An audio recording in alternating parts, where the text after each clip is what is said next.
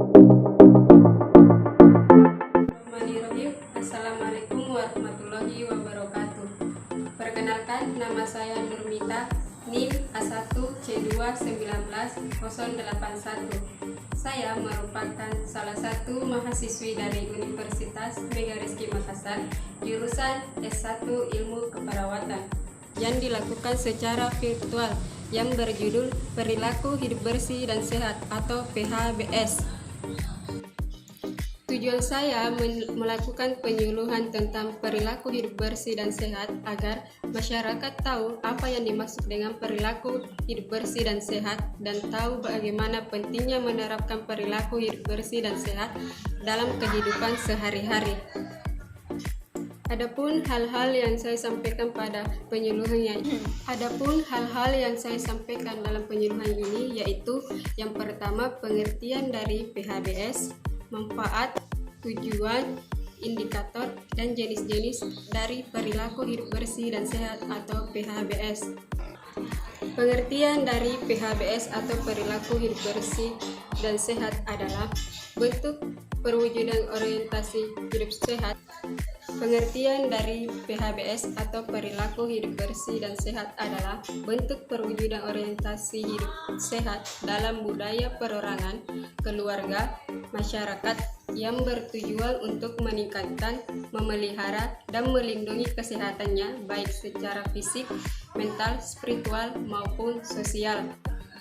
Manfaat PHBS secara umum adalah untuk meningkatkan kesadaran masyarakat agar mau dan mampu menjalankan hidup bersih dan sehat.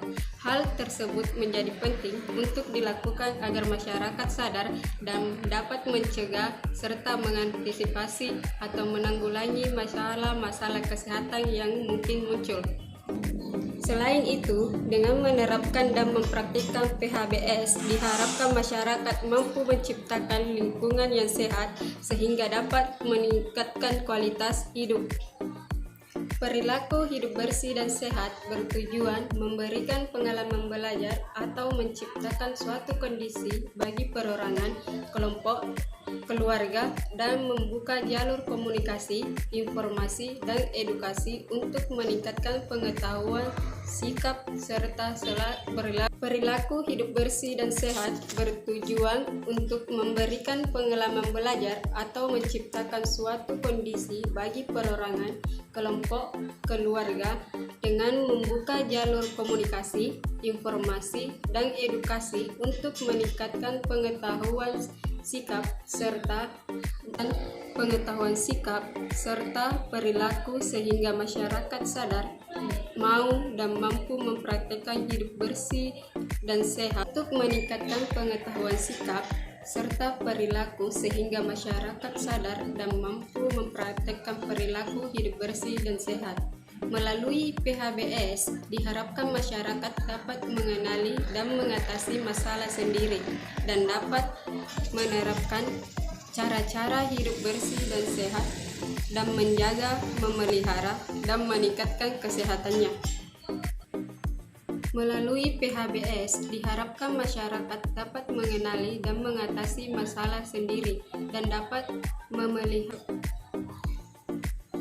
Melalui PHBS, diharapkan masyarakat dapat mengenali dan mengatasi masalah sendiri dan dapat menerapkan cara-cara hidup sehat dan menjaga, memelihara, dan meningkatkan kesehatannya.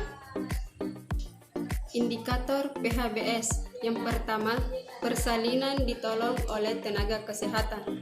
Yang dimaksud dengan tenaga kesehatan di sini adalah seperti dokter, bidan, dan tenaga paramedis yang lainnya.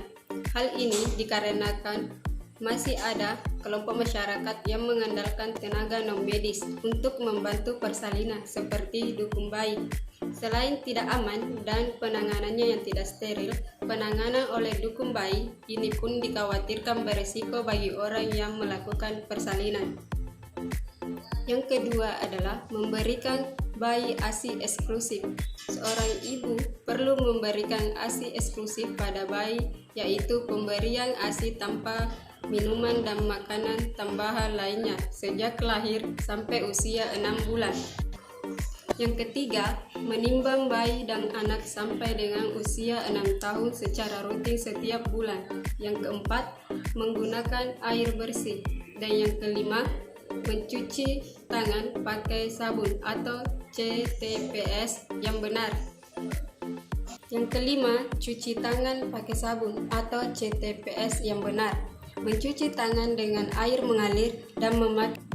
Yang kelima, cuci tangan pakai sabun atau CTPS yang benar.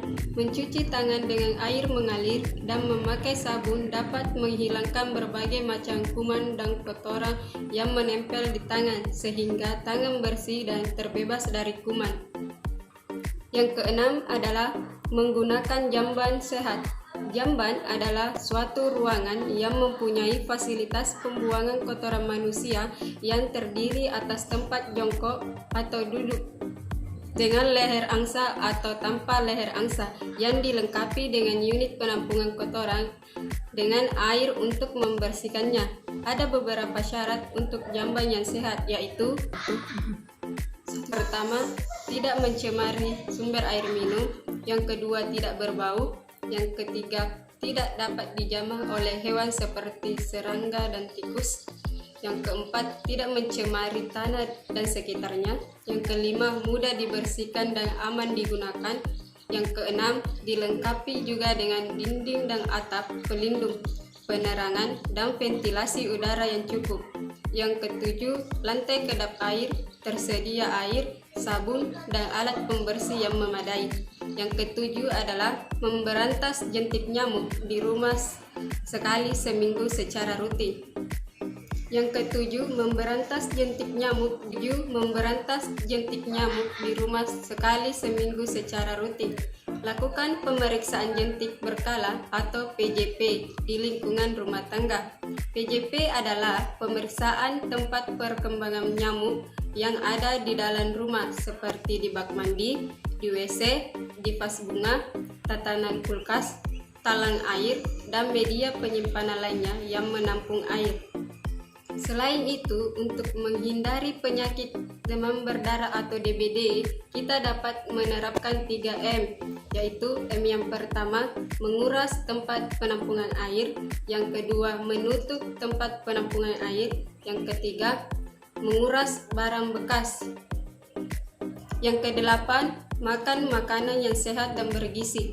Dianjurkan agar keluarga mengonsumsi jenis makanan yang bersih dan sehat seperti mengandung banyak vitamin, serat, mineral, zat-zat yang dibutuhkan oleh tubuh serta bermanfaat bagi kesehatan. Yang kesembilan, melakukan aktivitas fisik setiap hari seperti berolahraga ringan, entah itu jalan kaki, jogging, berkebun, dan lain-lain. Yang kesepuluh yaitu tidak merokok. Asap merokok dapat mencemari kualitas udara yang dihirup di dalam satu puntung rokok yang dihisap. Yang ke-10 adalah tidak merokok.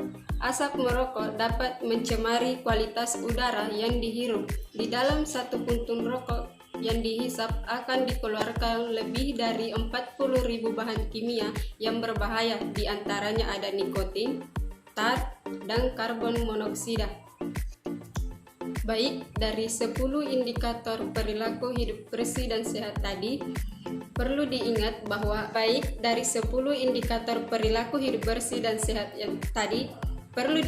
bahwa apapun gayanya, hidup bersih dan sehat perilakunya. Selanjutnya, saya akan membahas jenis-jenis dari PHBS. Yang pertama, mandi. Perilaku mandi menggunakan sabun mandi dan air bersih dilakukan minimal 2 kali dalam sehari, pada pagi dan sore hari. Yang kedua adalah mencuci rambut. Perilaku mencuci rambut dilakukan 2 kali seminggu menggunakan sampo dan air bersih untuk membersihkan rambut dan kulit kepala dari kotoran dan. Yang ketiga, membersihkan hidung. Perilaku membersihkan hidung. Tiga adalah membersihkan hidung. Perilaku membersihkan lubang hidung perlu dilakukan pada setiap kali mandi guna membuang kotoran yang ketiga adalah membersihkan hidung. Perilaku membersihkan lubang hidung perlu dilakukan pada setiap kali mandi guna membuang kotoran yang ada dan melancarkan jalan udara untuk bernafas. Yang keempat adalah membersihkan telinga. Sama halnya dengan hidung, telinga juga harus dibersihkan saat mandi. Bersihkan bagian daun telinga ataupun bagian luar telinga. Baik, itulah tadi penjelasan mengenai perilaku hidup bersih dan sehat atau PHBS. Semoga video edukasi ini dapat dipahami dan bermanfaat untuk kita semua. Dan apabila ada kata-kata saya yang salah dalam menjelaskan materi ini, saya mohon maaf. Dan akhir kata dari saya, gapailah pendidikan setinggi mungkin dan kembalilah kepada masyarakat untuk memberikan kebaikan. Billahi fisabil haq fastabiqul khairat. Wassalamualaikum warahmatullahi wabarakatuh.